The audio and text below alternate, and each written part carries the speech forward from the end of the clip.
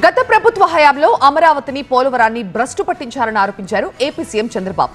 రాష్ట్రంలో పెట్టుబడి పెట్టే వారిని కూడా భయపెట్టారు అన్నారు. ఉగాది నుంచి P4 పాలసీని ప్రారంభిస్తామని చెప్పారు. జనాభా తగ్గకుండా చూసుకోవాల్సిన బాధ్యత అందరిపైన ఉందన్నారు.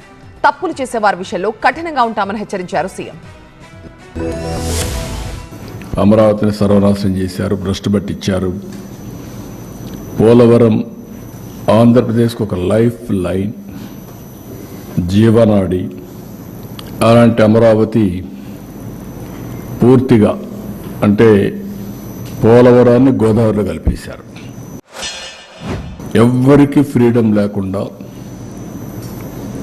రాష్ట్రానికి రావాలన్నా ఈ రాష్ట్రంలో పుట్టిన వాళ్ళు భయపడే పరిస్థితికి వచ్చారు.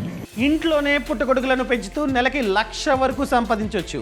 అది ఎలాగో నేర్చుకోవడానికి ఇప్పుడే ఫ్రీడమ్ యాప్ని డౌన్లోడ్ చేసుకోండి.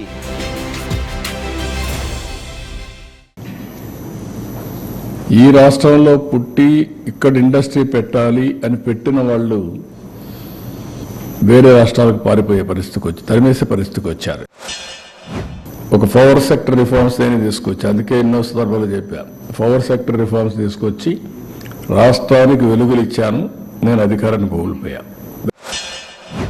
సంపద సృష్టిస్తున్నామని జనాభాను మర్చిపోతే మనం సృష్టించిన సంపద ఎవరికి ఇవ్వాలనో మనకే తెలియదు.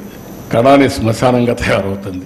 పెద్ద ఎయిర్పోర్ట్ ఉంటుంది, ఏం చేయాలో ఎవరికి తెలియదు. ఆ ఎయిర్పోర్ట్ని ఆ రోడ్లు వెడల్పుగా ఉంటాయి, దాని మీద పోయే మనుషులు ఉండరు. ఆ పరిస్థితి వస్తుంది. P4 పాలసీ మార్చి నుంచి స్టార్ట్ చేద్దామని, ఉగాదికి తెలుగు న్యూ ఇయర్ డేకి I want to start it. Adoption అవన్నీ చేసి అక్కడి నుంచి నేను టాప్ 15% ఆర్ 10%, లోయెస్ట్ 15-20% కంటిన్యూగా హ్యాండ్ హోల్డింగ్ చేయాలి. ఆర్థిక అసమానతలు తగ్గించుకుంటూ రావాలి. గంజాయి, డ్రగ్స్ వీఆర్ కంట్రోల్ చేస్తాం. Liquor will control.